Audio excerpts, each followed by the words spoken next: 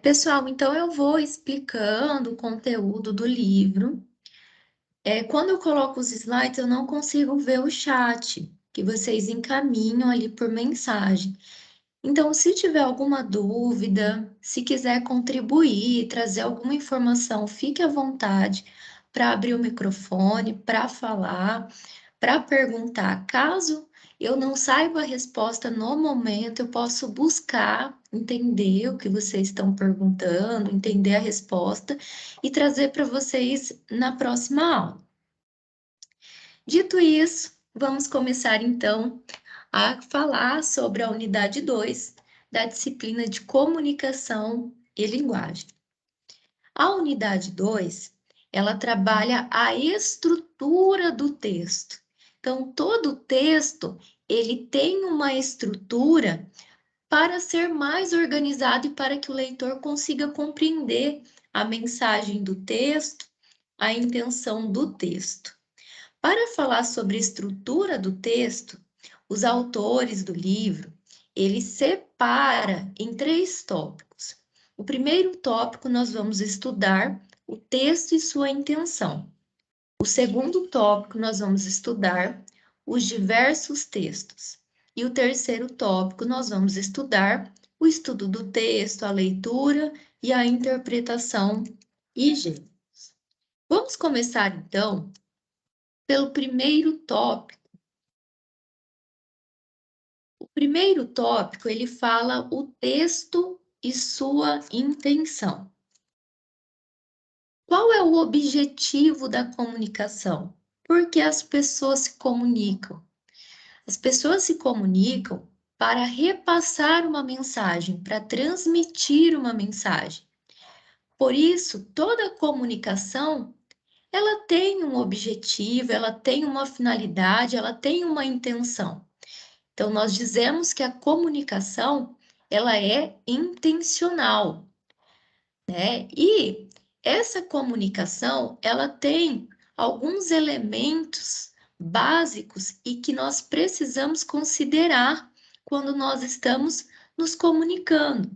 Por exemplo, quais são esses elementos básicos?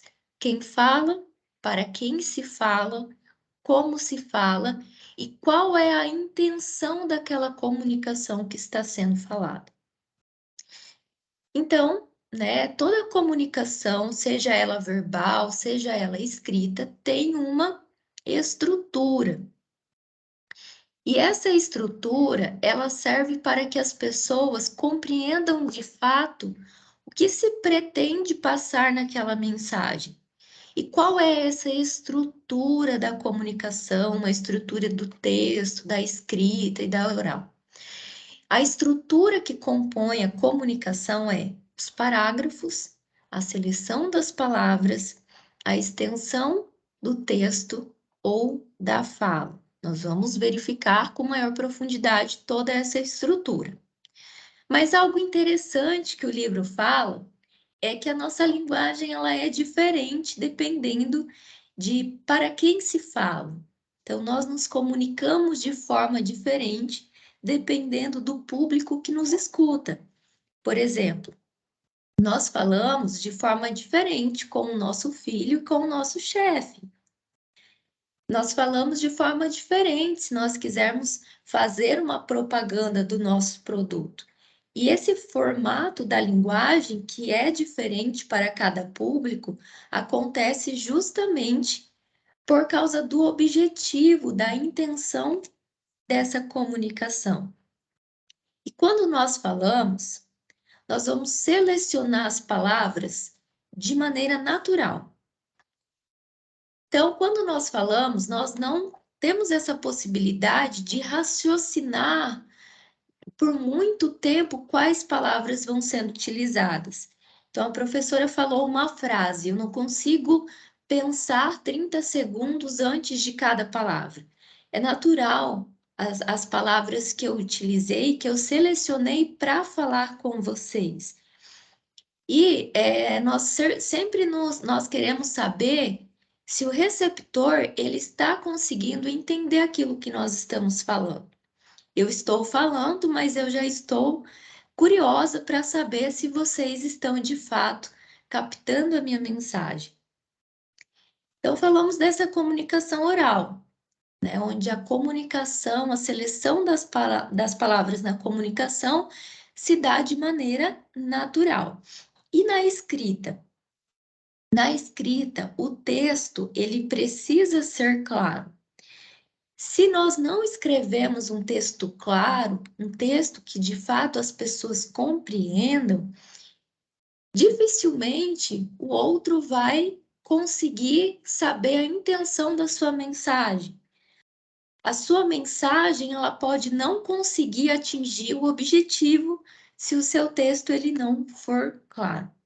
Então vamos conhecer essa estrutura do texto. E conhecendo essa estrutura do texto, pode melhorar a sua escrita, a sua fala no âmbito profissional ou no âmbito acadêmico, né? Enfim.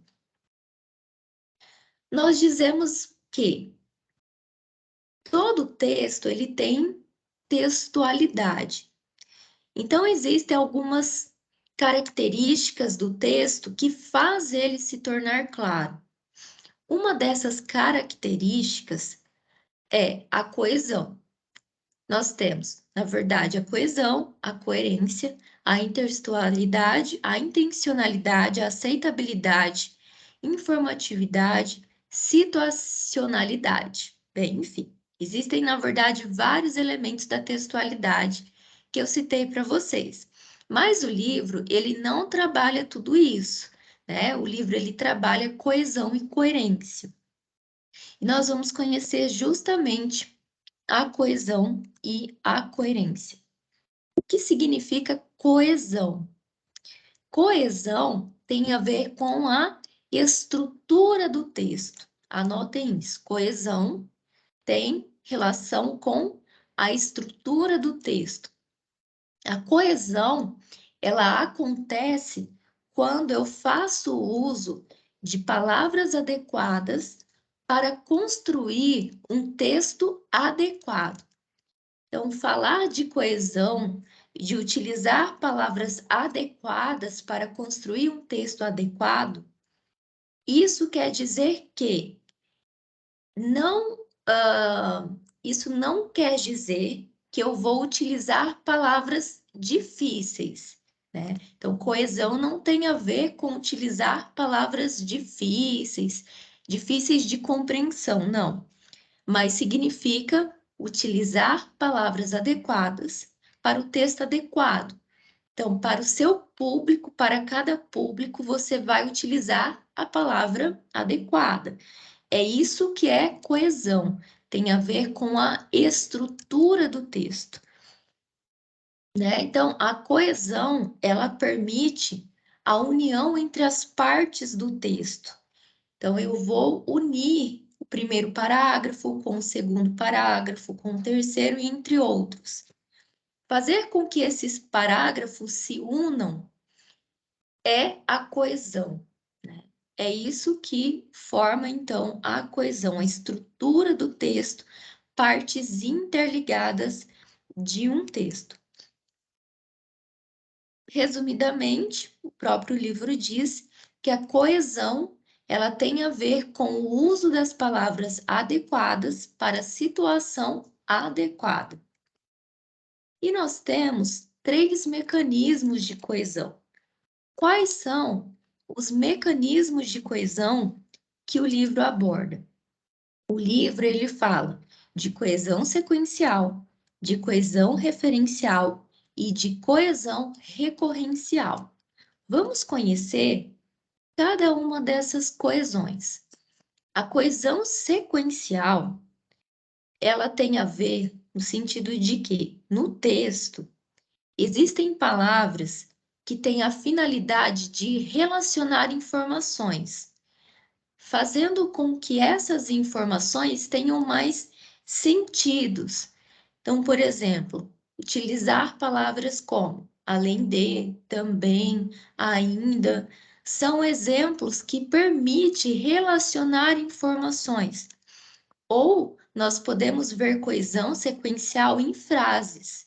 Então, nós vamos ter duas frases, em que uma vai justificar a outra.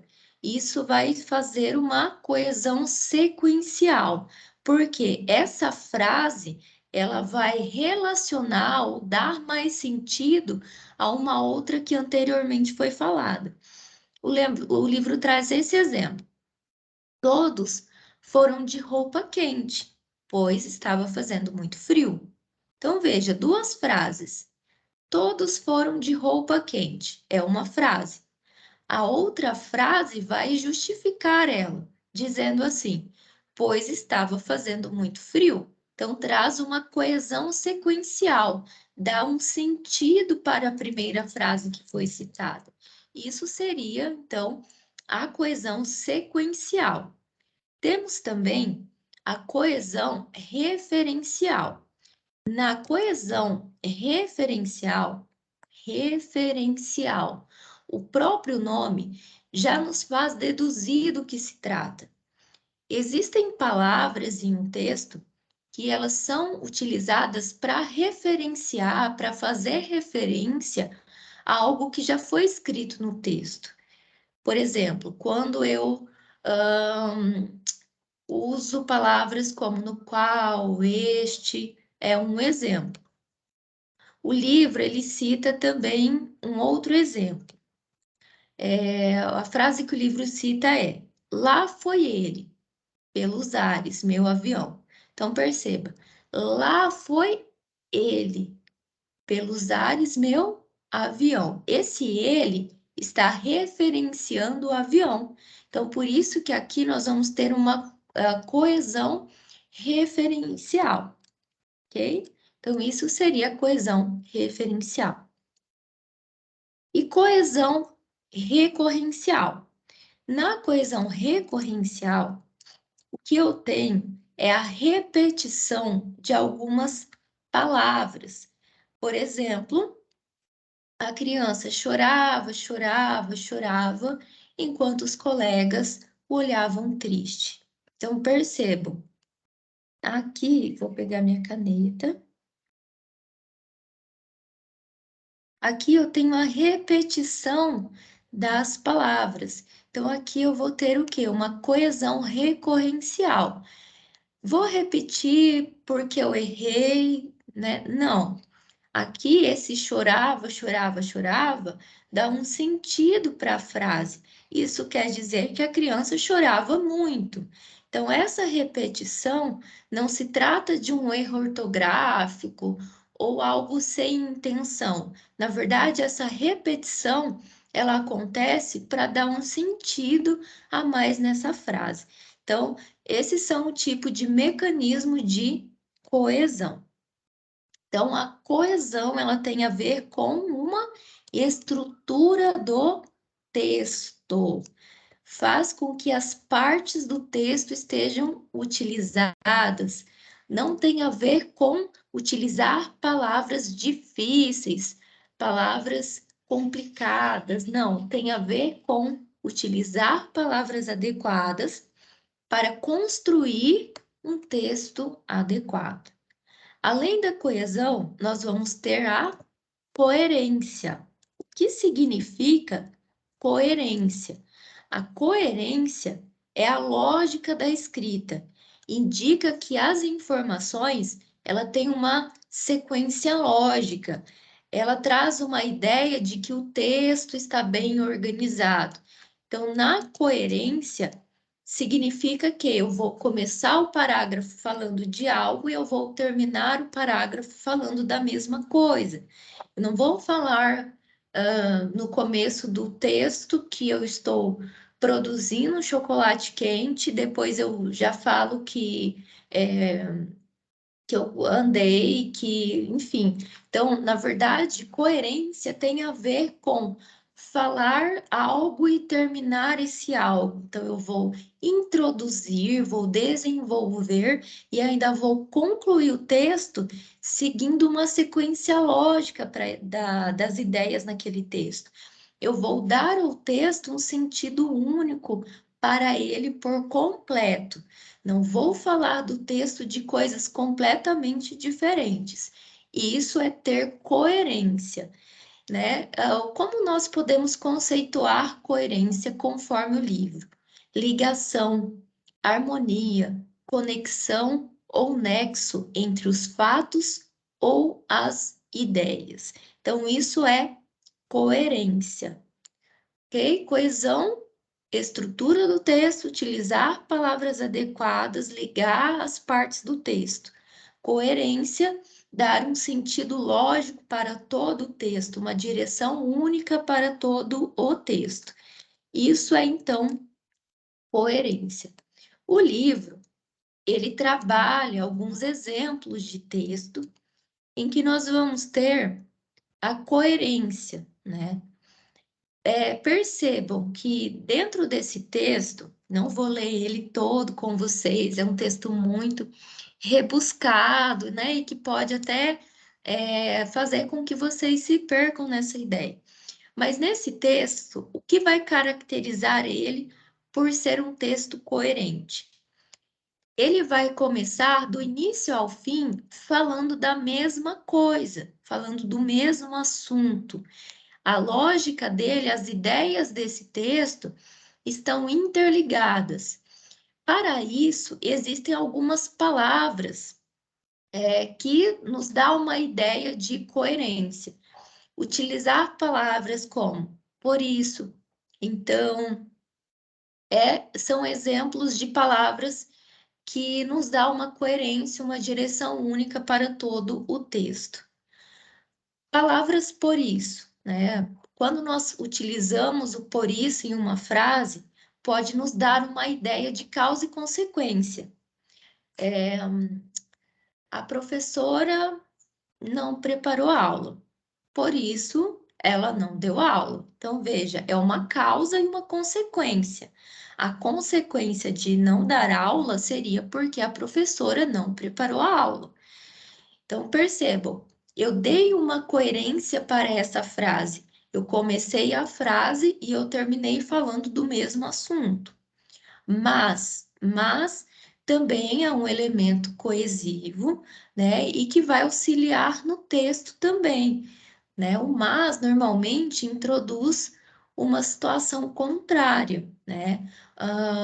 A professora correu desengonçada, mas ela conseguiu chegar lá.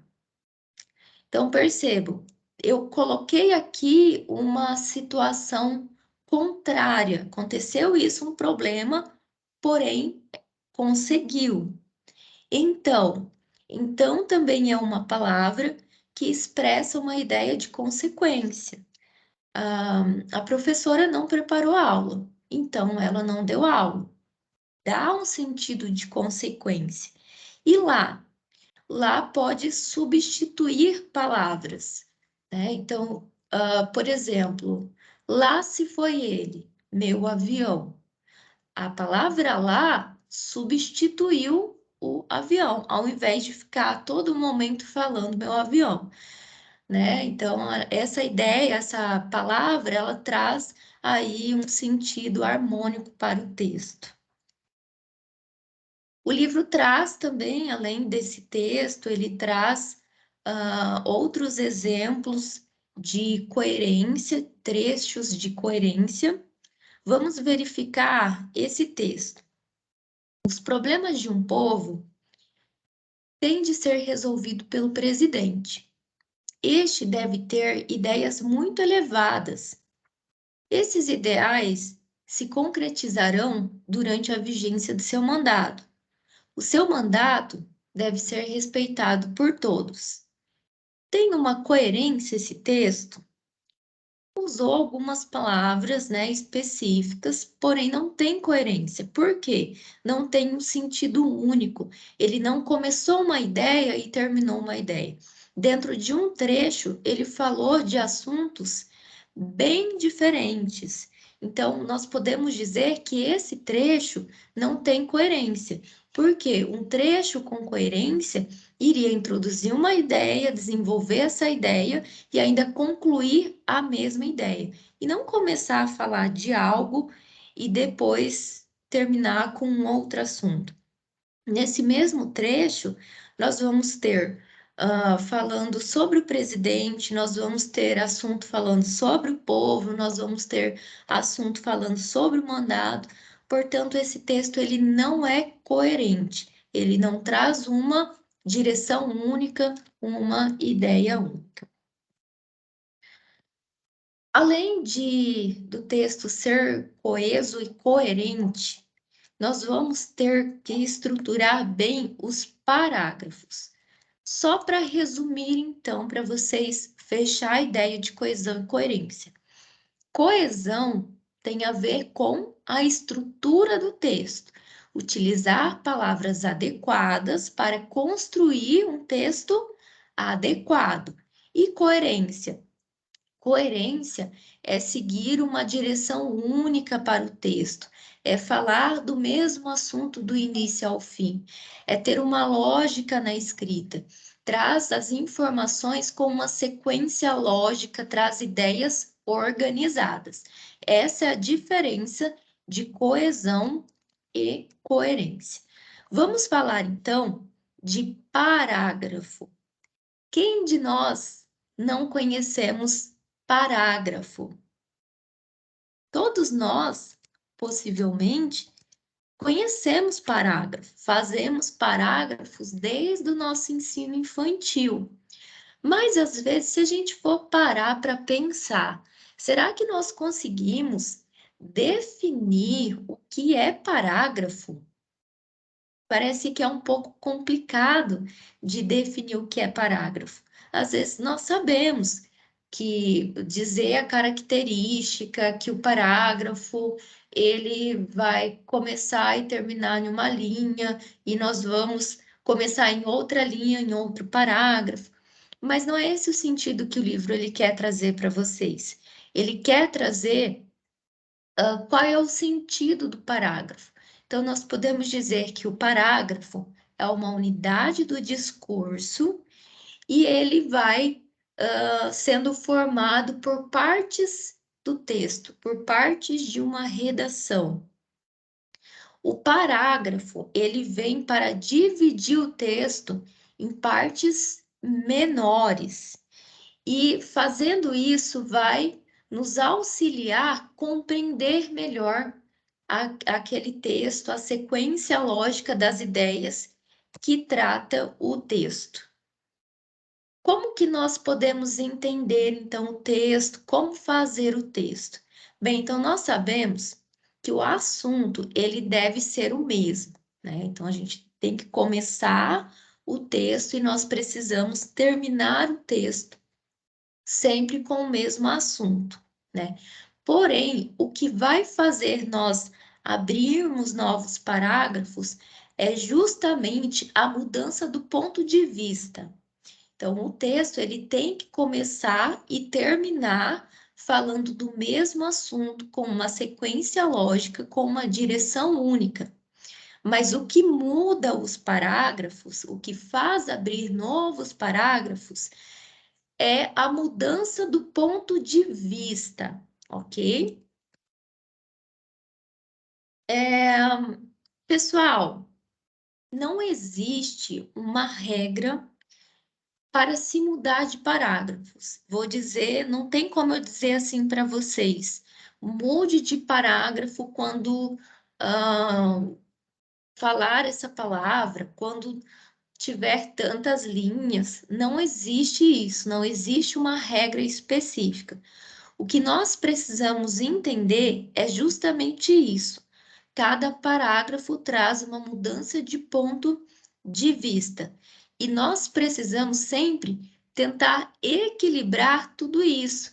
Nós não podemos fazer um parágrafo muito curto, com pouquíssimas linhas, duas linhas, né? Não é um parágrafo.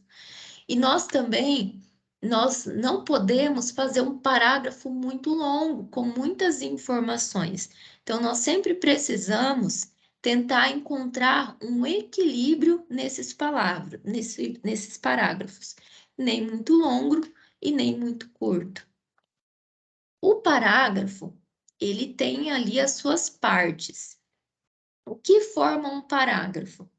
O parágrafo ele tem tópico frasal, desenvolvimento, conclusão e elemento relacionador. O que seria tudo isso? No tópico frasal, eu vou ter como se fosse uma introdução. Eu estou introduzindo a ideia no parágrafo. Faz uma síntese do que você vai falar ao longo do parágrafo. No desenvolvimento, eu vou escrever mais aquilo que eu apresentei no tópico frasal. Então, eu vou agregar mais ideias ao tópico frasal. Na conclusão, eu vou praticamente fechar a ideia, concluir aquele ponto de vista para eu fechar o parágrafo e começar outro. E nesse parágrafo, nós ainda temos o elemento relacionador. O que significa isso? É fazer um elo entre o parágrafo que vai começar e o parágrafo que você está terminando. É isso que conclui o parágrafo. Professora, mas parece que você está falando de um texto. Sim, o texto ele tem um parágrafo de introdução, ele tem parágrafos de desenvolvimento e ele tem parágrafo de conclusão. Mas cada parágrafo ele também tem que ter uma frase de introdução, uma frase maior de desenvolvimento e uma frase de conclusão, trazendo palavras que faz essa ligação entre o que você falou nesse parágrafo e o que você vai falar no próximo parágrafo. Pessoal, para encerrar as atividades, né, para encerrar esse tópico, eu coloquei aqui uma autoatividade. Tá ok, então. Vamos seguindo, pessoal. Bem, mas a autoatividade, ela é bem simples. Ela vem fazer exercícios com vocês para resgatar aquilo que nós estávamos falando.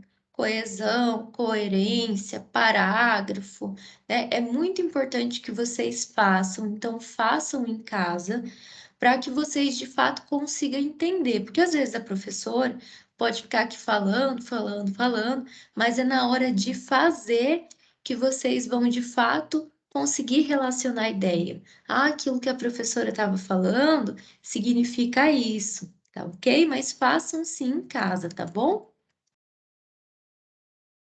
Vamos falar do tópico 2. Então, nós falamos de elementos que compõem a estrutura do texto, e agora nós vamos conhecer alguns textos importantes para nós.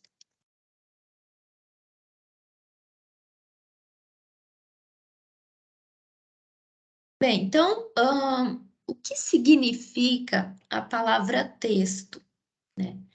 Texto significa entrelaçar palavras, entrelaçar parágrafos, fazer um elo de ligação entre as ideias. Então, a palavra texto, ela vem do latim, que significa tecido, que significa entrelaçamento. Então, quando nós produzimos um texto, nós fazemos isso. Nós fazemos um entrelaçamento de palavras, um entrelaçamento de ideias. Então, a palavra texto, ela deriva da ação de tecer ou de entrelaçar partes com a finalidade de tornar um todo coeso e coerente. Isso significa texto. Vamos conhecer algumas características textuais. Bem, existem algumas diferenças entre os textos. O livro trabalha o texto descritivo, o texto narrativo e o texto dissertativo. Cada um desses textos tem as suas características.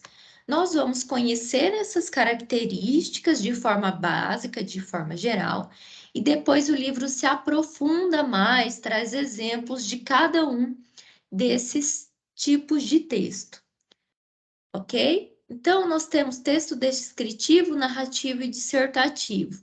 O livro trabalha o agente, o conteúdo, o tempo objetivo, a classe de palavras e os tempos verbais de cada um desses textos, que é o que faz eles se diferenciarem. Vou falar basicamente, depois eu vou me aprofundar. Mas qual é a diferença? Como nós podemos conceituar narração, descrição e dissertação? Então, a narração, ela sempre vai contar um fato, ela vai narrar, ela vai relatar algo. E a descrição? A descrição, normalmente, ela comenta detalhes, ela comenta as características de um fato, de um objeto. E a dissertação? A dissertação defende um ponto de vista. Narração e descrição. Imagine vocês uma foto. Tirei uma foto do do que vocês estão vendo agora. Printei a tela. E aí, eu vou pegar aquela imagem parada e vou escrever o que vocês estão vendo. Então, estou vendo a professora, eu estou vendo a parede da professora, que é branca, a cortina da professora, que é cinza, o slide da professora. Então, vocês estão fazendo o quê? Descrevendo uma situação parada e estática. É como se você tivesse tirado uma foto da situação e começasse a comentar os detalhes daquilo que você está vendo. Isso é descrição. Agora, a narração, vocês vão contar um relato. Então, você não vai ter uma fotografia parada, mas vocês vão ter uma história que se movimenta. Então, a professora começou a aula, se apresentando, tentando conhecer a turma, começou a explicar a segunda unidade, que falou isso, falou aquilo e tarará. Então, isso é narração. Vocês estão contando um fato, vocês não estão descrevendo. A descrição é algo parado, estático, que você vai detalhar aquele momento, aquilo que vocês estão vendo. E a dissertação vai defender um ponto de vista, vai defender uma opinião. Então, não está narrando um acontecimento, ou não está descrevendo. Eu estou defendendo algo. Então, eu acredito que isso é o ideal por causa disso, por causa daquilo. Isso é dissertação. Então, basicamente, a diferença entre esses textos são essas que eu falei para vocês, mas ela se diferencia também entre os agentes. Quem conta uma descrição normalmente é o observador, é aquele que está observando aquele fato, aquele momento, aquela fotografia. Quem conta uma narração é o narrador, aquele que se dispõe a contar aquela história ou aquele fato. E a dissertação, aquele que vai argumentar, vai trazer ideias que defendem o seu ponto de vista. O conteúdo, normalmente, a descrição, ela vem falar de seres, de objetos, de cenas e de processos. A narração, ela vem fazer o quê? Falar de ações, de sentimentos. E a dissertação, o seu conteúdo é de opinião e também de argumentos. Na descrição, a descrição, ela aborda o momento único. Então, ela tira uma foto daquele momento e conta o que está vendo, quais são as características daquele momento único. A narrativa, ela tem uma sucessão de fatos. Então, ela começa a contar algo, vai contando, contando. É uma história sendo contada, não é algo parado. E a dissertação? Na dissertação, nós não temos essa ideia de tempo. Estou defendendo a minha opinião, e aí eu posso ter um momento único, posso não ter também, mas é algo que não caracteriza a dissertação. O objetivo da descrição é identificar. Então, você está descrevendo o que você está vendo. Então, o seu objetivo, quando você descreve, é identificar aquilo que você está vendo. E o narrativo? O narrativo, ele relata, ele está contando uma história, uma sucessão de fatos. E o dissertativo?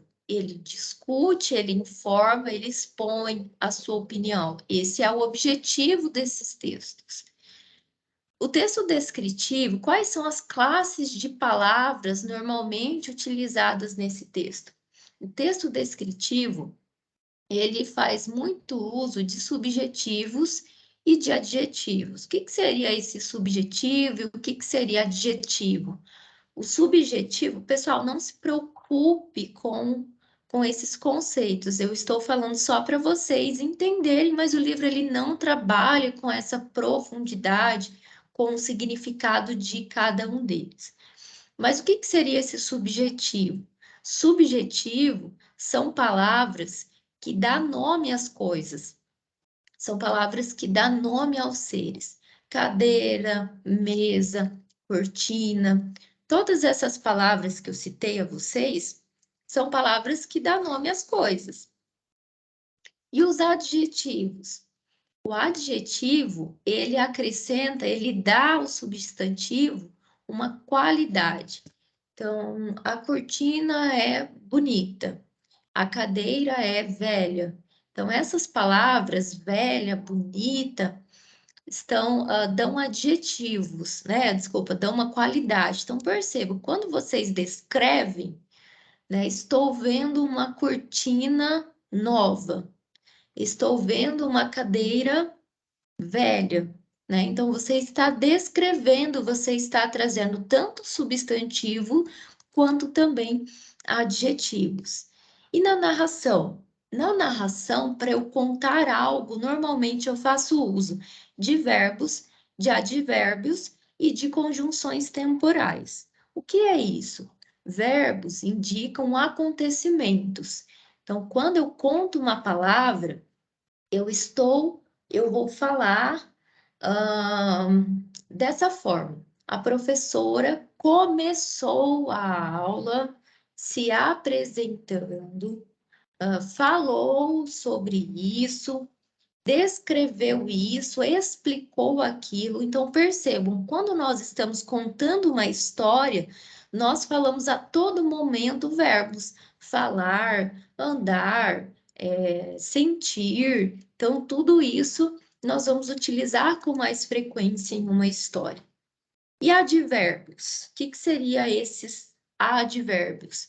O advérbio, ele dá uma qualidade para o verbo. Então, a professora falou pouco sobre esse assunto, falou muito, falou baixo, falou alto. Então, vocês estão dando uma característica para o verbo. E conjunções temporais. As conjunções temporais, elas fazem uma ligação entre a oração e também indicam tempo. Exemplos de conjunções temporais: quando, antes que, depois que. Então, quando eu estou contando uma história, eu vou sempre indicar esses tempos fazendo essas ligações. Então, sábado de manhã, quando a professora falou sobre isso, depois que a aula terminou, eu fiz isso, né? Antes da aula terminar, eu tomei um café. Então, percebo, quando nós estamos contando, narrando, relatando uma história, a todo momento eu faço essa indicação de tempo, ligando essas orações dentro do texto. Essas são as classes de palavras mais utilizadas na narração. Dissertação. Dissertação faz bastante uso de conectores. O que seriam esses conectores? Conectores ligam palavras, ligam frases, parágrafos. Exemplo disso, quando eu faço uso, por exemplo, de palavras como além disso, entretanto, portanto, bem como, né? Então, eu estou fazendo uma ligação entre partes do texto, que são, portanto, conectores muito presentes na minha dissertação. Então, quando eu vou concluir, né? Então, isso é bom, né? Por causa disso, disso, portanto, devemos aderir. Então, estou defendendo o meu ponto de vista e normalmente sempre faz uso dessas classes de palavras. A descrição, a narração e a dissertação também se caracterizam, se diferenciam pelos tempos verbais, né? Quais são os tempos verbais da descrição? Presente ou imperfeito do indicativo. Da narração, presente ou perfeito do indicativo, e da dissertação, presente do indicativo. O livro não explica exatamente o que é, mas só para vocês entenderem tudo isso. O que seria esse presente do indicativo? O presente do indicativo, ele trata de uma ação que está acontecendo naquele momento que está se falando. Isso é o presente do indicativo. Imperfeito do indicativo, o que seria isso? No imperfeito do indicativo, trata-se de um fato que ocorreu no passado, mas esse fato ainda não terminou. Perfeito do indicativo, trata de coisas do passado. Essa é a diferença dos principais tempos verbais que caracterizam esse texto, né? E diferenciam também esse texto. Bem, mas algo importante para se falar é que um texto dificilmente ele vai ser completamente, exclusivamente dissertativo, exclusivamente narrativo, exclusivamente descritivo. Ao longo de um texto, nós podemos ter partes descritivas que vão descrever aquele acontecimento, nós podemos ter partes que vão narrar um acontecimento, e nós também podemos ter partes que vão defender um ponto de vista. Então, eu estou lá contando uma história, narrando. De repente, eu acho interessante descrever um momento. Então, o meu primo chegou em casa tal hora da noite para comer uma pizza. Ele estava vestido assim, assim, o seu cabelo estava assim, o seu sapato era assim. Enfim, então eu estou contando a história daquele dia que o meu primo vem em casa, mas também eu parei em um momento para descrevê-lo. Então, em um único texto, nós podemos ter vários textos específicos, várias características desse texto. Porém, a sua classificação, isso é muito importante para vocês anotarem, porque isso pode cair na prova para vocês diferenciar um texto do outro. Qual é o macete para se descobrir a qual texto, a qual característica de texto se pertence? Pela predominância. Então, eu tenho um texto de 2 páginas que narra, que descreve, que disserta, né? Faz tudo isso, apresenta todas essas características. Mas eu preciso responder qual tipo de texto ela pertence. Então, o que eu preciso identificar nesse texto? Qual que mais prevalece? Eu tenho mais partes descritivas, eu tenho mais partes narrativas, mas apenas um parágrafo, em apenas um momento da história se descreveu algo, ou o texto, ele, em sua maior parte, ele defende um ponto de vista, ele disserta. Então, a grande sacada para vocês conseguirem responder é isso, tentar identificar no texto o que é que se predomina mais. E aí o texto começa a se aprofundar mais nesse tipo de texto. Então, ele começa falando sobre a narração. Que todos nós somos capazes de contar história. Então, desde os primórdios, os homens sempre contaram histórias, contaram fatos. é algo que faz parte do ser humano, da nossa essência enquanto ser humano. Contar história é algo muito importante para as pessoas, principalmente ali para as crianças, na fase de desenvolvimento, porque ela permite que nós desenvolvemos a nossa imaginação.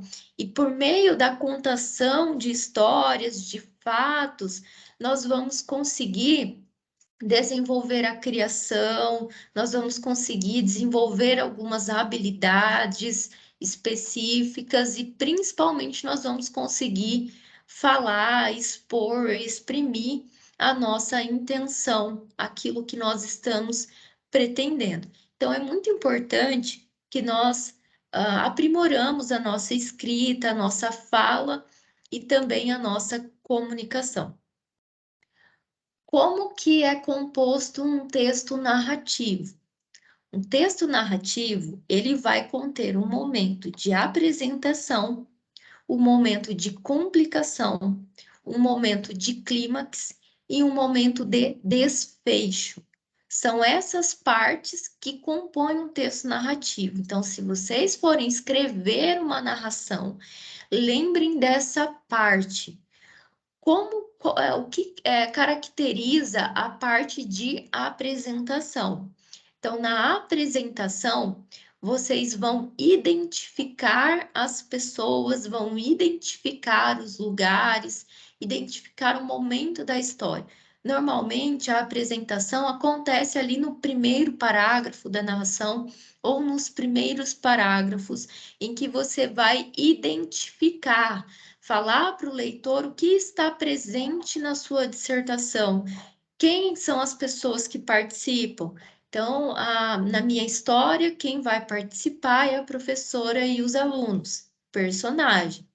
Qual é o lugar que aconteceu? Então, os alunos e os professores estavam por meio de um aplicativo no dia tal, na hora tal. E qual é o momento da história, né? Então, nesse momento, os alunos estão no sexto semestre, tarará. Então, veja, eu fiz uma apresentação de elementos importantes para que o leitor consiga, ali nesse primeiro momento, saber do que se trata e de alguns elementos importantes que vão estar presentes na sua narração. Além da apresentação, na narração, nós vamos ter a parte de complicação. O que seria a complicação? Nessa parte, nós chamamos de parte de complicação o momento em que as ações vão começar, né? Então, identifiquei os alunos, a professora, o ambiente, o momento da história. Agora eu vou começar a contar a ação. Então, os alunos entraram, a professora entrou na Meet, e aí vai começar a explicar o conteúdo. E veja, então eu comecei a contar a história, eu não estou apenas identificando, eu estou contando a história. E o clímax? No clímax, ah, vai ser aquele momento em que a história ela vai ter um momento de tensão. Então, momento de tensão. De repente, começou a chover e a internet da professora caiu. Então, aconteceu uma tensão que todos, e agora? Saio da aula, fico da aula. Então, aconteceu esse momento de tensão. Então, a história vai precisar de um desfecho. E o desfecho? O que seria esse desfecho? É a solução do conflito. Mas aí parou de chover, a professora entrou, a professora mandou uma mensagem no grupo pedindo para os alunos esperar, ela entrou e terminou a aula. Então percebam, eu contei uma história pelas partes de fato que precisa ter na narração: apresentação, complicação, clímax e desfecho. Eu não consigo visualizar uma narração, pensar em uma narração sem uma dessas partes. Imaginem vocês numa narração sem um clímax, sem um momento de tensão. Então, iniciei, terminei a fala. Não, a narração precisa desse momento de tensão. Então, são essas partes que compõem a narração. Na narração, nós vamos ter algumas estruturas que vão dizer para nós os acontecimentos presentes. Então, na narração, nós precisamos dizer o quê, né? Quais fatos que estão presentes nessa narração? Quem? Quem são os personagens? Como isso aconteceu? Onde isso aconteceu? Quando e por que isso aconteceu? Então, na narração, é importante elucidar tudo isso: o que, quem, como, onde, quando e por quê. E o livro traz um exemplo de narração. Então, nessa narração, ela é um pouco menor, vamos ler para vocês entenderem. Quando a professora vai lendo, vão tentando identificar essas partes do texto. Tragédia brasileira. Misael, funcionário da fazenda, com 63 anos de idade, conheceu Maria Elvira na Lapa, prostituta com sífilis, dermite nos dedos, uma aliança empenhada e os dentes em petição de miséria. Misael tirou Maria Elvira da vida, instalou-a num sobrado no Estácio, pagou médico, dentista, manicure, dava tudo quanto ela queria. Quando Maria Elvira se apanhou de boca bonita, arranjou logo um namorado. Misael não queria escândalo. Podia dar uma surra, um tiro, uma facada. Não fez nada disso. Mudou de casa. Viveram 3 anos assim. Toda vez que Maria Elvira arranjava namorado, Misael mudava de casa.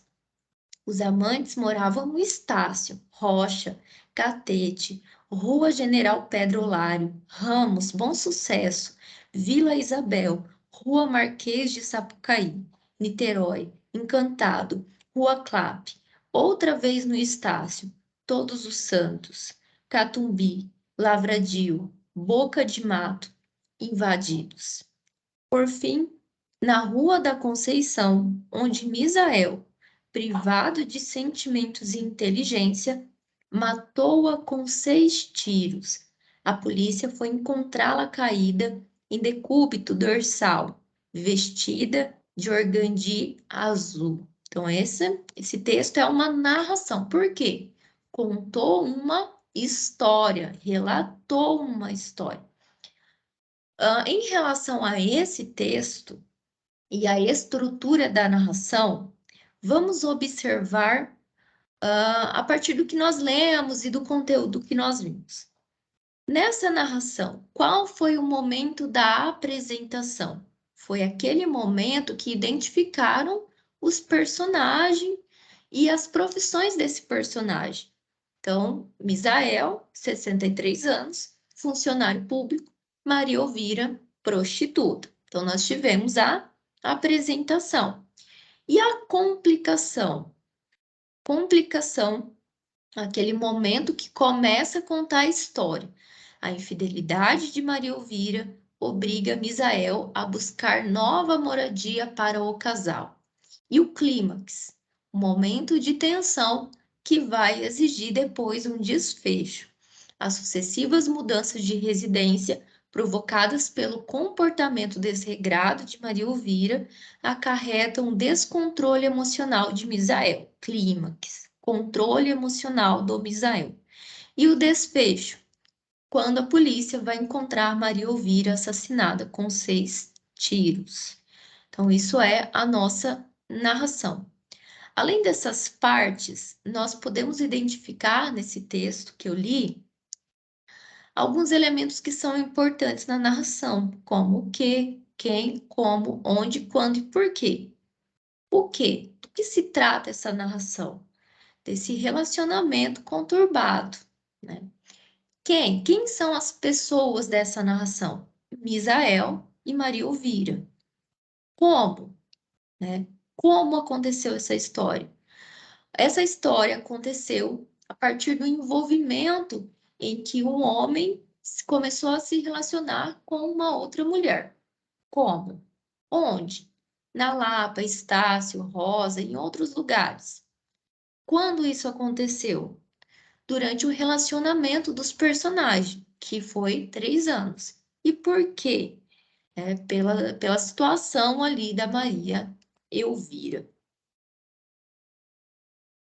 Bem, dentro da narração, nós conhecemos um texto, né? Nós lemos um texto em que nós tivemos um tipo de narração em que se contou a história. Ali nós não trouxemos especificamente a fala de cada personagem, mas alguém contou essa história.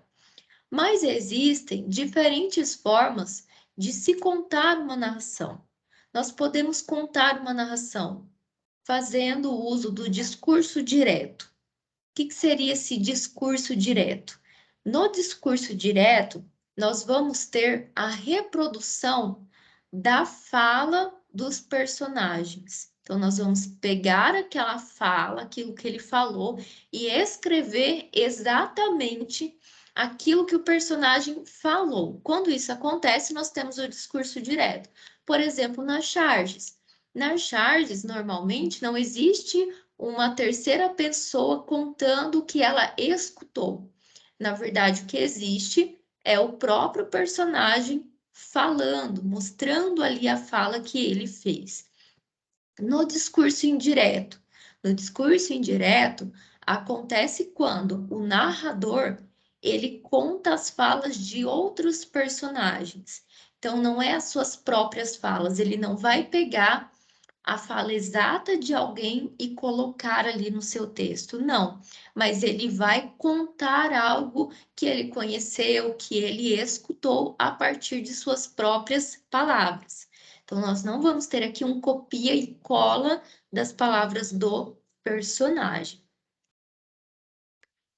Discurso indireto livre. O discurso indireto livre acontece quando eu faço uso do discurso indireto junto com o discurso direto. Então, no mesmo texto, nós vamos ter a fala do personagem escrita exatamente como ele falou, e nós vamos ter também o narrador contando a história que ele ouviu, o que ele escutou, ok?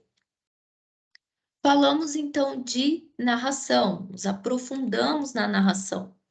Depois disso, o livro começa a falar de descrição. Então, como a professora estava explicando anteriormente, a descrição ela vai apontar características de um fato, daquele momento específico. Então, você vai pegar um momento e vai descrever algo. É como se fosse uma fotografia e eu estou falando aquilo que eu estou vendo. Isso seria a descrição. Eu não estou narrando, contando o que aconteceu, mas eu pego um momento e falo, descrevo aquilo que eu estou vendo, as características daquilo que eu estou vendo. O livro, ele trabalha um texto um pouco maior em relação à descrição, mas eu peguei desse exemplo apenas 2 parágrafos para ler com vocês. Vamos conhecer então a descrição escrita por Cecília Meirelles, Se Eu Fosse Pintor. Vão percebendo, pessoal, as características que vão aparecendo no texto. Vejam, se eu fosse pintor, começaria a delinear este primeiro plano de trepadeiras entrelaçadas, com pequenos jasmim e grandes capânulas roxas, por onde flutua uma borboleta de cor marfim, com um pouco de ouro nas pontas das asas. Mas logo depois, entre o primeiro plano e a casa fechada, há pombos de cintilante alvura e pássaros azuis tão rápidos e certeiros que seria impossível deixar de fixá-los, para dar alegria aos olhos dos que jamais os viram ou verão. Então, nós temos um texto bem descritivo, em que a autora começa a descrever as cenas, a falar das características das cenas, se ela fosse pintar algo. Então, se ela fosse pintar algo, ela iria pintar trepadeiras, pequenos jasmins, campanulas roxas, onde vão ter borboletas de cor marfim, que essas borboletas vão ter um pouco de ouro nas pontas das asas. Então, perceba, ela não está contando uma história. Vi um pintor pintando, né? E ele pintou aquilo que ele viu lá no dia tal, tal, tal. Não, aqui eu estou descrevendo, trazendo características de algo. É isso que vai falar, fazer a descrição. Falei de narração, falei de descrição e agora o livro ele se aprofunda na argumentação. Todas as pessoas têm os seus pontos de vista. Algumas pessoas defendem esse ponto de vista e outras pessoas já preferem não opinar muito, dependendo ali do público. Mas todos nós temos uma opinião. Mas a maioria não deixamos de expor o que nós pensamos, de expor a nossa opinião. E às vezes nós fazemos isso querendo convencer as pessoas que aquilo que eu defendo é o certo, é o melhor. Na época de política, nós estamos vendo muito isso. As pessoas expondo as suas opiniões e tentando convencer as pessoas que aquela posição política é a melhor e é a mais adequada para o momento atual do Brasil. Então, as pessoas estão se mostrando mais argumentativas nesse momento político. E quando nós defendemos uma opinião, nós vamos fazer uso de uma linguagem persuasiva, porque nós queremos que as pessoas aceitem aquilo que nós estamos defendendo como algo bom. E ter uma linguagem persuasiva, conseguir convencer as pessoas, é uma característica importante na vida profissional. Para quem vende um produto, para quem vai apresentar em uma reunião um projeto, né? Nesse nosso relacionamento como professores, alunos, relacionamento com vizinhos e amigos, entre outros. Então, essa argumentação, expor as opiniões, para defender algo, fazendo uso de uma linguagem que convence, é algo importante e que nós utilizamos frequentemente nos nossos relacionamentos em sociedade. Nós podemos perceber muito essa linguagem de argumentação nas mídias sociais, principalmente em propagandas, que quer convencer as pessoas a comprar aquele produto, a comprar aquele material, ou ainda que tenta passar a mensagem de um candidato para convencer que nós votamos nele, né? Então, essa linguagem argumentativa está muito presente nas mídias, na televisão, no jornal, na rádio, tentando convencer as pessoas a aderir uma ideia ou ainda a adquirir um produto, enfim. E a argumentação, ela também é muito importante, né, para nós expor as nossas ideias, né? Mas para isso, para nós expormos a nossa ideia, é preciso que nós conhecemos do assunto, né? Então, um político, quando ele vai falar de uma determinada política pública, ele precisa conhecer do assunto para ele conseguir expor as suas ideias e ainda convencer as pessoas que as suas propostas em relação àquilo que ele está argumentando são as melhores. Então, na argumentação, nós vamos fazer uso da criticidade. Ter crítica ao fazer a argumentação é um elemento importantíssimo dentro desse tipo de texto. E a argumentação também tem as suas partes. Quais são as partes que compõem a argumentação? Introdução, desenvolvimento e conclusão. Então, na introdução, nós vamos apresentar sobre o que se trata o texto, a nossa ideia. No desenvolvimento, é algo que eu vou colocar mais elementos a essa ideia, trazer mais informações. De fato, como o próprio nome deduz, desenvolver o assunto ainda mais que eu apresentei na introdução. E a conclusão? Conclusão, o momento que eu vou finalizar esse texto, concluir. Normalmente, na conclusão, nós vamos fazer um resumo, colocando de fato o nosso posicionamento, a nossa argumentação diante de todo o texto que está sendo falado, que está sendo abordado e discutido. Bem, então, pessoal, basicamente, nesse tópico, nós estamos falando das características de 3 textos: descrição, narração, dissertação. Descrição conta as características de algo. Narração conta um fato, uma história. Dissertação defende um ponto de vista. A autoatividade também é simples. Na autoatividade, nós vamos precisar identificar, né, partes de um texto, frases, se são descritivas, se são narrativas, se são dissertativas.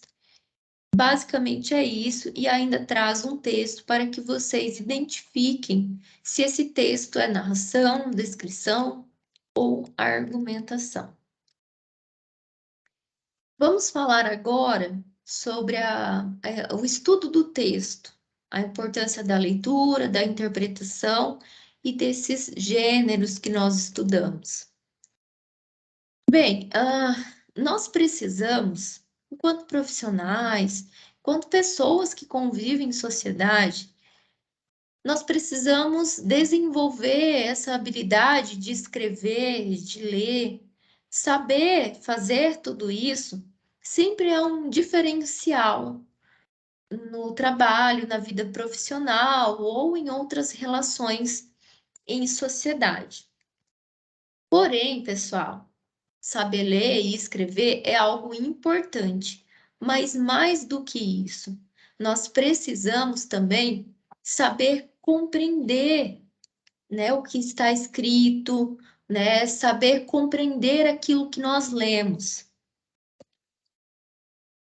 E quando nós estamos fazendo isso para desenvolver essa compreensão, essa interpretação, nós precisamos ter concentração, nós precisamos prestar atenção naquilo que nós escrevemos e também prestar atenção na nossa leitura.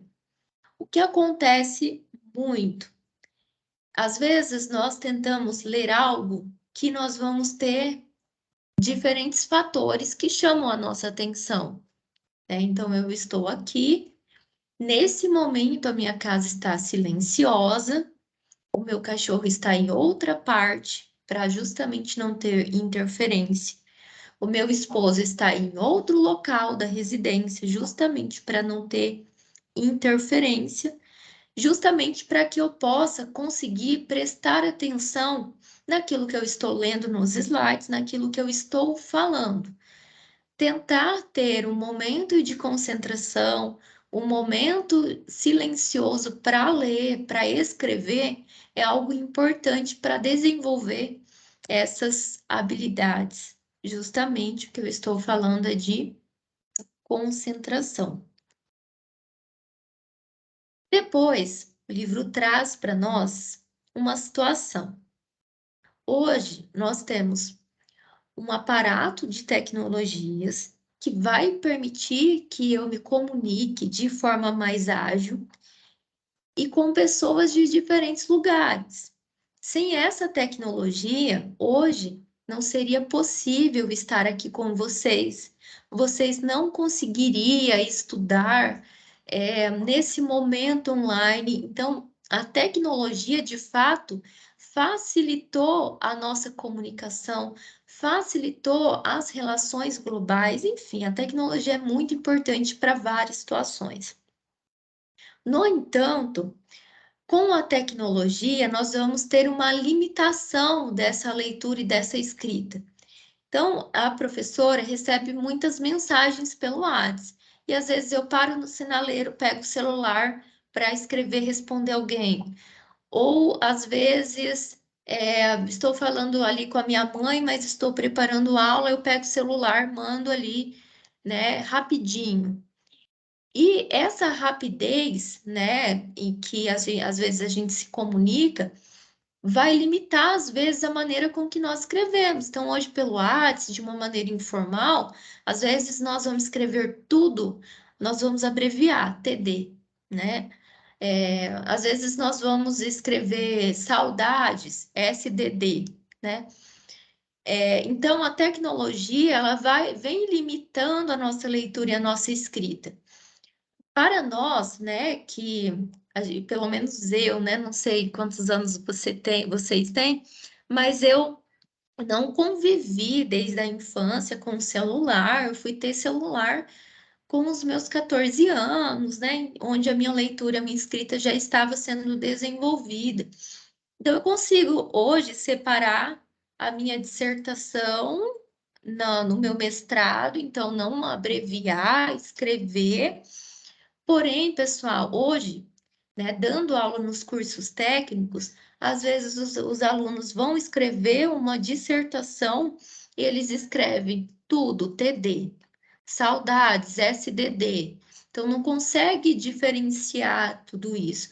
Então, essa tecnologia facilita a comunicação, mas também limitou, né, a escrita e também a leitura. E às vezes essa rapidez, essa agilidade que a tecnologia nos permite, às vezes nos deixa seguro.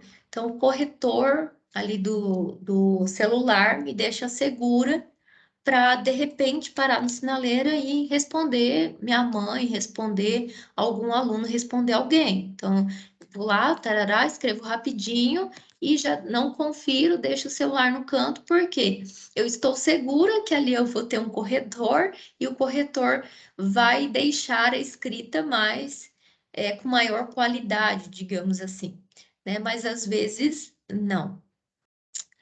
Mas nós precisamos tentar amenizar essa problemática em relação à escrita e à leitura, que foi limitada pela tecnologia. Como que nós podemos fazer isso?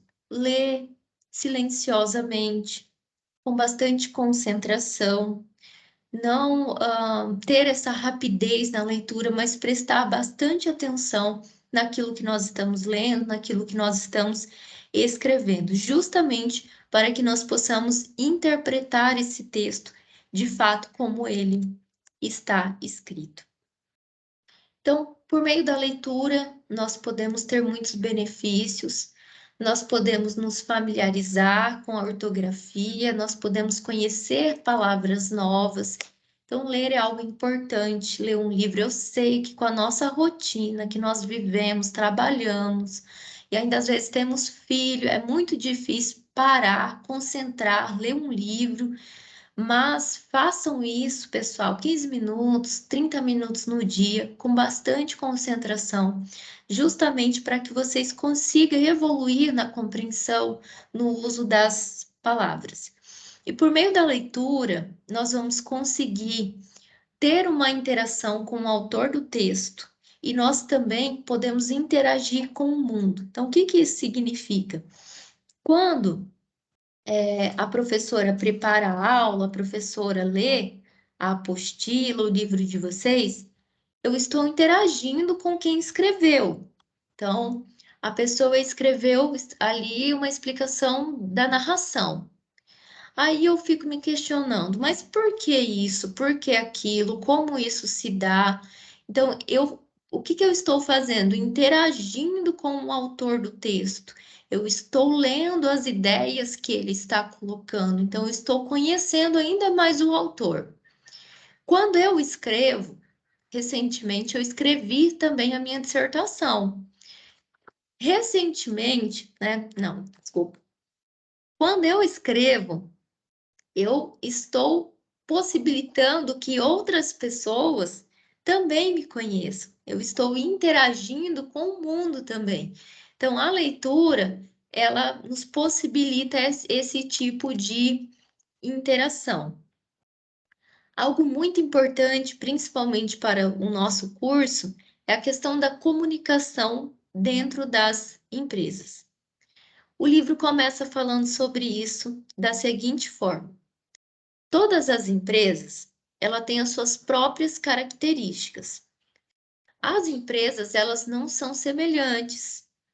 Todas as empresas, elas se diferenciam, sejam pelos profissionais que ela tem, seja pela cultura que ela tem, seja pelo cliente, pelo fornecedor, seja pela rotina dela. Mas nenhuma empresa, ela é exatamente igual à outra. Contudo, todas as empresas sofrem com o mesmo problema, que é a ausência ou a má comunicação. A má comunicação ou a ausência de comunicação é o que afeta muitas empresas e é o motivo dos maiores problemas que a empresa tem. Então, é importante pensar nessa comunicação, criar estratégias para melhorar a comunicação dentro das empresas. Dentro dessa comunicação da empresa, nós vamos ter tanto a comunicação por meio de documentos, por meio de papéis, como memorando, ata, cartas internas, enfim, nós temos essa comunicação por papéis. E nós temos a comunicação por diálogo, onde as pessoas conversam e trocam experiências, trocam informações, né? Falam o que estão pensando, o que estão sentindo. Então, dentro das empresas, nós temos esses dois tipos de comunicação: a documentação por papel e a documentação por diálogo. Como eu disse anteriormente, nós precisamos pensar em mecanismos que facilitem, desburocratizem e melhorem ainda mais tanto a comunicação por papéis, como também a comunicação por diálogo dentro da empresa, porque a comunicação, ela é uma ferramenta importantíssima, estratégica dentro da empresa, que vem integrar as pessoas, que vem integrar o ambiente. Então, dentro da empresa, nós precisamos tornar a comunicação mais habitual, seja desenvolvendo mais reuniões, palestra, encontro, né? Enfim, mas nós precisamos nos comunicar de forma mais habitual. Os colaboradores precisam também se comunicar, o gestor com os colaboradores, gestor com gestor, colaboradores com colaboradores, enfim. Essa comunicação, ela precisa ser mais frequente. E as informações, né, precisam ser repassadas de forma clara, de forma objetiva, de forma rápida e também de forma curta, para que os profissionais consigam de fato entender a mensagem, a intenção de que se quer. Bem, então, ali na empresa, como modelos de papéis de comunicação, nós temos alguns instrumentos que nós chamamos, na verdade, de correspondência, que é algo importante dentro da empresa. E as correspondências, os documentos de comunicação dentro da empresa, precisa ser claro, precisa ser eficiente, precisa ser colocada na forma e na linguagem precisa. Então, às vezes, para eu me comunicar com os colaboradores, os operários, eu preciso utilizar uma palavra que de fato seja adequada para a compreensão deles, né? A comunicação, ela precisa ser rápida, precisa ser objetiva, porque essas comunicações que não são objetivas, ela, na verdade, ela acaba sendo mal interpretada. Não podemos ter uma comunicação com falhas gramaticais, porque escrever um ofício com erros ortográficos com certeza vai causar uma má impressão em quem lê. As informações precisam ser expostas de forma prática, de forma atraente, para que as pessoas dentro da empresa ou fora da empresa se convença que aquilo que está escrito é o melhor, né, a se ter, a se fazer.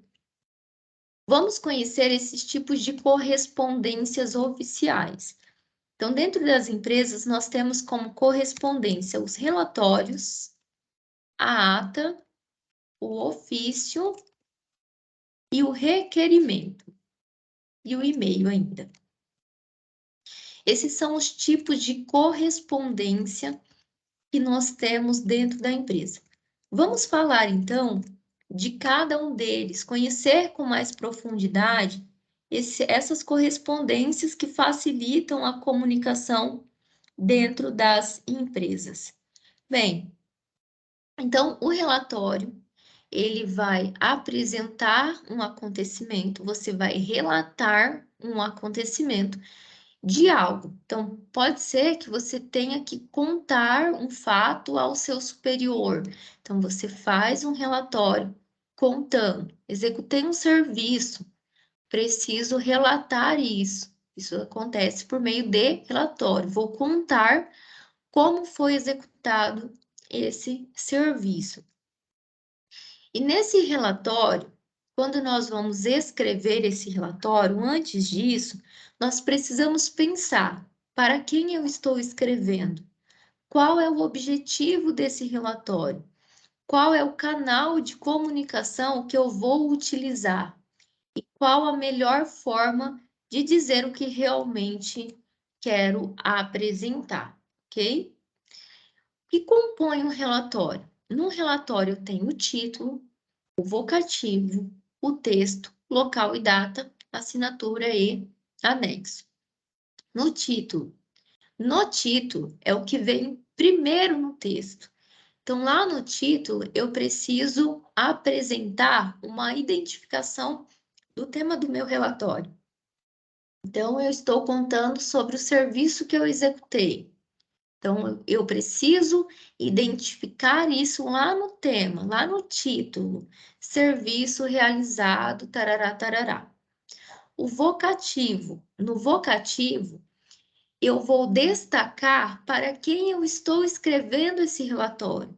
Excelentíssimo senhor presidente. Então, aqui no vocativo, eu vou destacar quem vai ler esse relatório, para quem eu estou destinando esse relatório. No texto, é aonde de fato eu vou contar o relato, eu vou contar o acontecimento. E esse texto vai ser composto por introdução, onde eu vou apresentar a ideia, identificar sobre o que se trata. Eu vou ter o desenvolvimento, onde eu vou adicionar mais informações a essa introdução, e eu vou ter o encerramento, onde eu vou concluir, fazer algumas considerações finais sobre aquilo que eu escrevi ao longo do meu relatório. Por fim, ainda na parte de encerramento, nós vamos colocar frases que agradecem a pessoa que lê esse relatório. Vamos ter local e data, a assinatura e anexos quando for necessário, por exemplo, fotos. Se eu utilizei algum questionário na execução desse serviço, vou colocar as perguntas, e isso é só se for necessário. O livro traz um exemplo de relatório. Não vou ler ele inteiro com vocês, eu quero somente que vocês identifiquem as partes. Então, aqui eu tenho o meu título, aqui eu tenho o vocativo, e aí, na sequência, eu tenho, então, o desenvolvimento do texto. Depois, data e hora, assinatura, enfim. Então, esse é um exemplo de relatório. E ata? Conhecer, e aí vocês já vão entendendo o benefício dela. Então, na ata vai acontecer o registro de um acontecimento, que pode ser de uma reunião, que pode ser de uma assembleia, que pode ser de uma convenção. Então, todas as vezes que eu converso com alguém na minha instituição, eu já faço uma ata. E a ata, ela não permite que seja modificada depois. As próprias características dela faz com que ela não seja modificada. Ou se havendo alguma situação, algo que foi modificado ao longo do texto, ela perde a validade, ela deixa de ser considerada ata. Algumas orientações para se elaborar uma ata. Ata manuscrita. A ata manuscrita, quando nós começamos a escrever uma ata, eu acho que tem exemplo no livro, não me lembro, mas nós precisamos começar em uma linha e ir na sequência terminar sem parágrafos, sem espaços. Isso porque se você deixa um espaço e começa em outra linha, abre um outro parágrafo, outras pessoas podem ir ali e modificar essa ata. Então, a ata ela não tem espaço, do começo ao fim, ela vai seguindo aí uma sequência. Caso ela seja digitada, também precisa ser bem organizada para que isso não possibilite novas digitações. Eu já vi ata que enumera cada linha digitada, que enumera cada linha para não se ter depois uma outra alteração. Ela é escrita em linhas corridas, né, sem parágrafos. Elas não podem conter rasuras, né? Se por acaso você estiver escrevendo, escrever errado, para ali, escreva digo e depois escreva a maneira correta.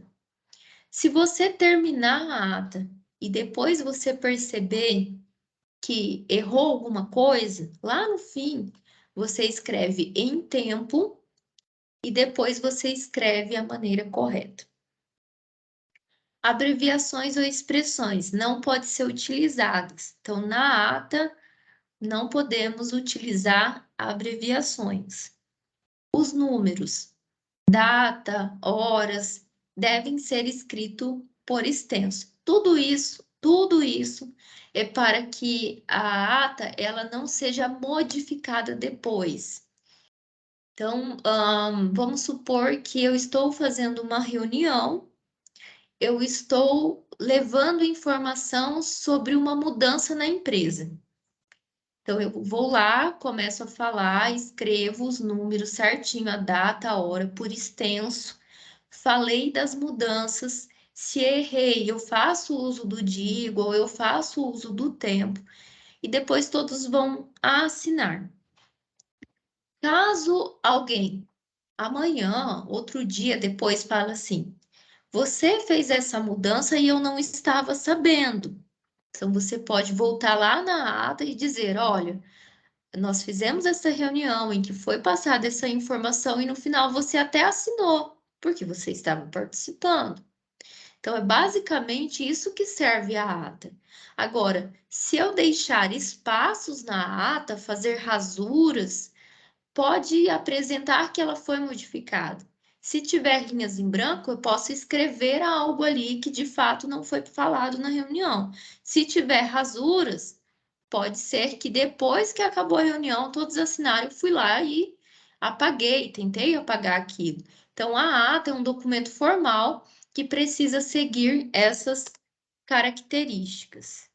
No modelo, então, de ata, escreva o título, data, local, objetivo dessa reunião, a identificação da presidência, do secretário, a discussão ali, quem falou o quê, né? Se teve votos, o encerramento e depois a assinatura de todos. Esse é o modelo de ata.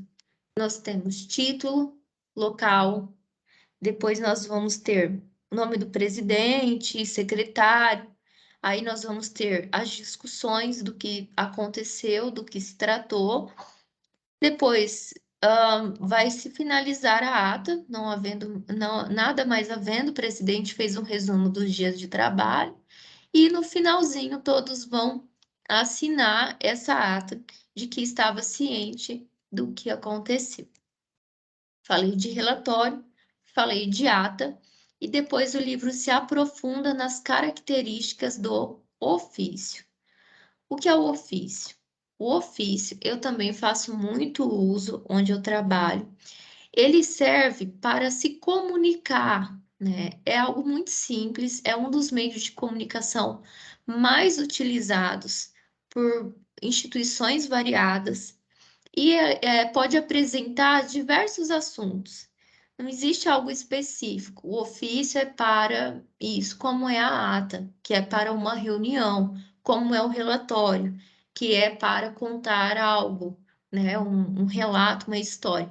No ofício, eu posso tanto fazer ele, enviar para algum outro órgão, mandando alguma informação, né, para que esse órgão esteja ciente de algo, fazendo alguma solicitação, né? Então, estou solicitando dessa empresa algo, agradecendo, né? E também, entre outros assuntos. Onde eu trabalho, posso fazer, né? Já fiz um ofício para informar a Secretaria Maior de um evento que nós, enquanto equipe, iria promover para a sociedade. Já fiz ofício solicitando algo. Então, choveu, o telhado quebrou, então eu solicitei à Secretaria de Infraestrutura o conserto desse telhado, né? E já fiz ofício para várias finalidades. Mas o que nós precisamos pensar aqui é que o ofício, ele é um dos documentos de comunicação mais utilizado e ele serve para finalidades diversas. Ele é formal, né? Ele é algo que nós precisamos prestar muita atenção quando for escrever, e ele sempre vem com um tratamento. Então, quando eu vou fazer um ofício, eu sempre vou me dirigir a alguém, a algum cargo.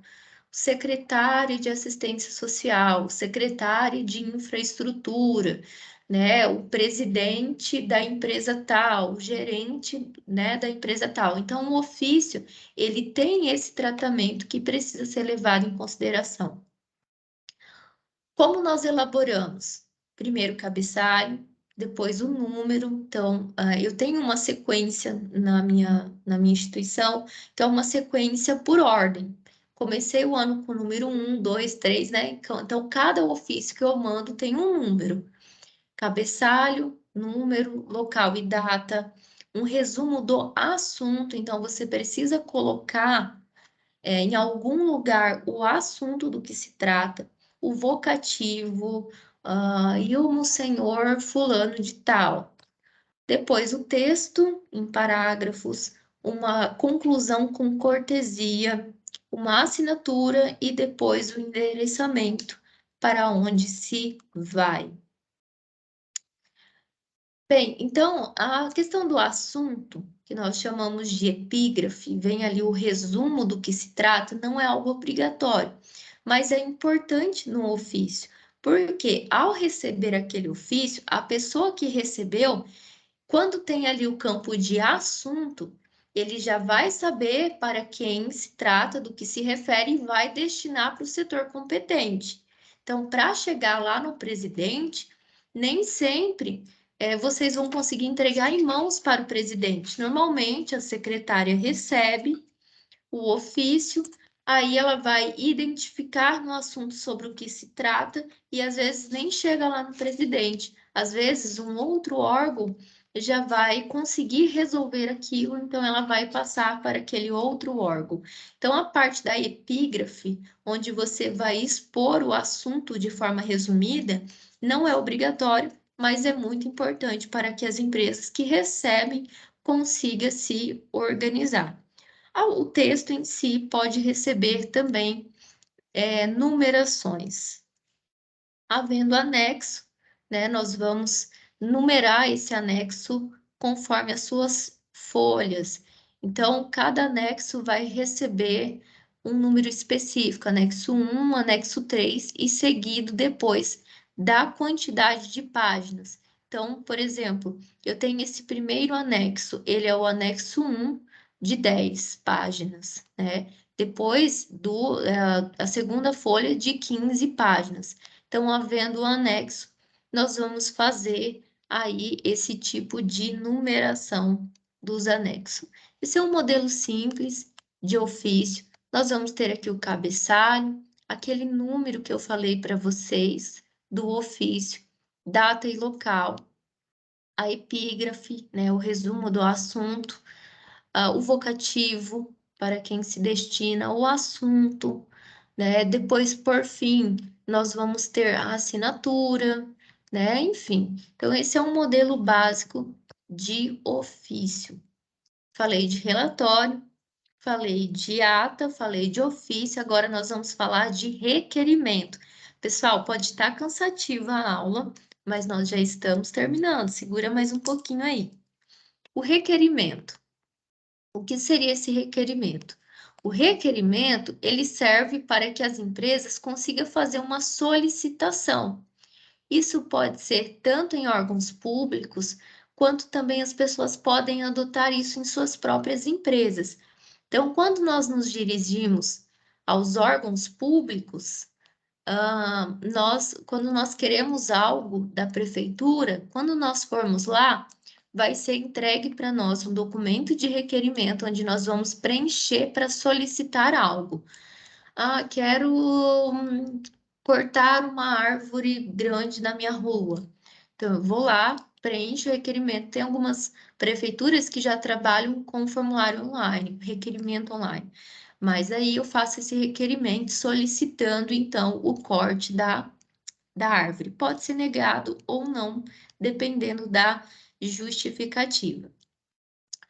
Quando eu vou nesses órgãos públicos, posso entregar ele de maneira pessoal em duas vias. Uma vai ser assinado como recebido e vai retornar para mim, e a outra vai permanecer lá. O requerimento, ele precisa ter uma estrutura boa, ele precisa ser bem escrito. Para quê? Para que as pessoas de fato consigam entender aquilo que você está solicitando. Quero o corte da árvore? Então, eu vou escrever de forma bem estruturada e bem escrita esse requerimento para que a pessoa de fato consiga entender que eu quero o corte da árvore. Então, lá no requerimento, não preciso citar autores, a árvore nasce assim, cresce assim, tarará. Não, eu vou lá de forma bem estruturada e bem escrito dizer que o que eu estou solicitando é o corte da árvore.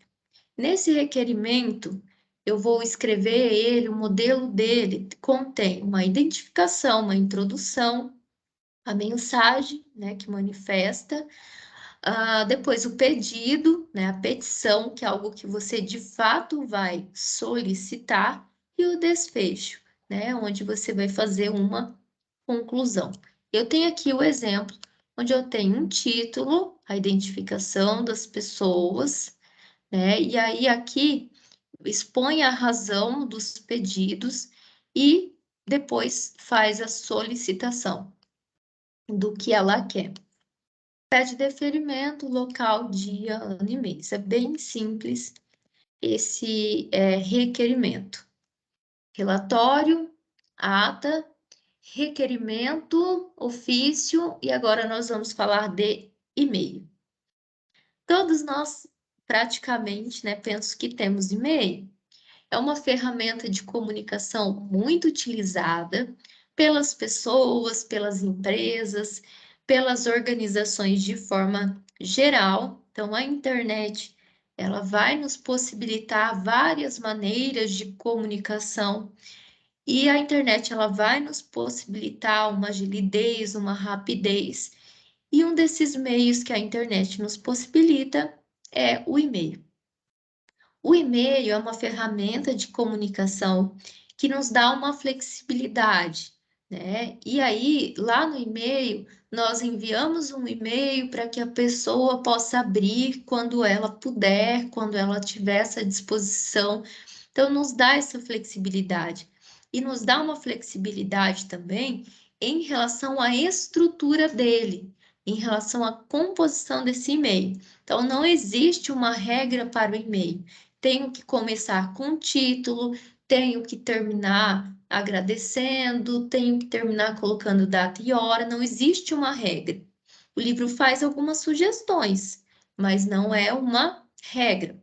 Nós utilizamos alguns modelos dependendo para onde nós vamos enviar esse e-mail.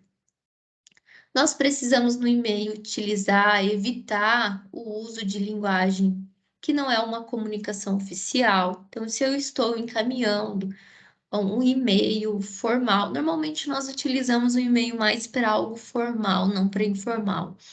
e aí nós precisamos prestar atenção em como se escreve, né? Enfim. E o livro faz algumas sugestões que não são regras, porque o e-mail tem essa flexibilidade. Então, nós temos ali o campo do assunto, onde nós vamos preencher resumindo o objetivo do nosso e-mail, o objetivo da mensagem do e-mail. E isso serve também para facilitar o entendimento daquele que está recebendo a mensagem. Então, eu mesma no meu e-mail, quando eu vejo que é propaganda, eu já nem abro. Agora, ou algum assunto que não me interessa e tal. Agora, quando é algo formal, algo de fato, né, que eu preciso responder e tal, aí sim eu já abro. Então, ali na parte do assunto, é importante vocês preencherem com uma informação que resume e que de fato chame a atenção da pessoa que está lendo o e-mail. Os arquivos, né, que contém no e-mail, os anexos do e-mail, devem trazer as informações precisas da sua mensagem. É importante que vocês utilizem o recurso de confirmação de leitura ou no campo do e-mail solicite que o destinatário confirme o recebimento desse e-mail.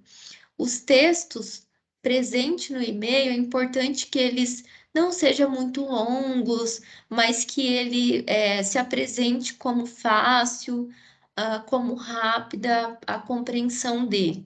Se vocês forem utilizar uma mensagem muito grande, prefira então fazer o anexo do arquivo, onde contém ali a informação grande. Mas no campo do e-mail, a sugestão é se escrever um e-mail de fácil assimilação e de rápida assimilação.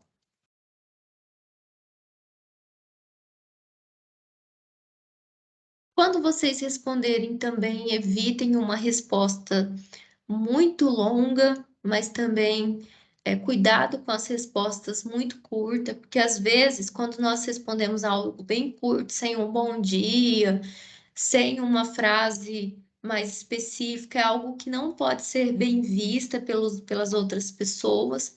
Tem algumas pessoas que têm que escreve apenas ok, né? É importante também dar um bom dia ou algo nesse sentido, cumprimentar, né? Responder, né, aquilo que você precisa, se colocar à disposição, colocar um contato, algo nesse sentido. Evitem resposta longa, mas também evitem resposta curta. Tentem encontrar um equilíbrio na resposta. Quando vocês digitarem um e-mail, também leem sempre aquilo que escreveu, para você tentar identificar se de fato está compreensível, se de fato não tem algum erro de português. É muito importante sempre fazer essa leitura, não só no e-mail, mas também quando vocês escreverem a dissertativa de vocês na prova ou algo nesse sentido. Aqui nós temos um exemplo de um e-mail enviado. Na verdade, o livro traz vários exemplos, mas eu coloquei apenas um. Aqui nós vamos ter boa tarde, depois o assunto, explicando o anexo, se colocando à disposição e se apresentando ali também, né? Então, aqui no e-mail, percebam, não é uma resposta muito longa, mas também não é uma resposta muito curta. Aqui nós vamos ter um equilíbrio. Depois nós temos a autoatividade, que vai pedir para vocês identificarem melhor, definirem melhor cada um desses documentos que o livro chama de correspondência da empresa. Bem, pessoal, é isso. Eu sei que foi cansativo para vocês, mas a unidade, o conteúdo é esse. Vocês têm alguma dúvida?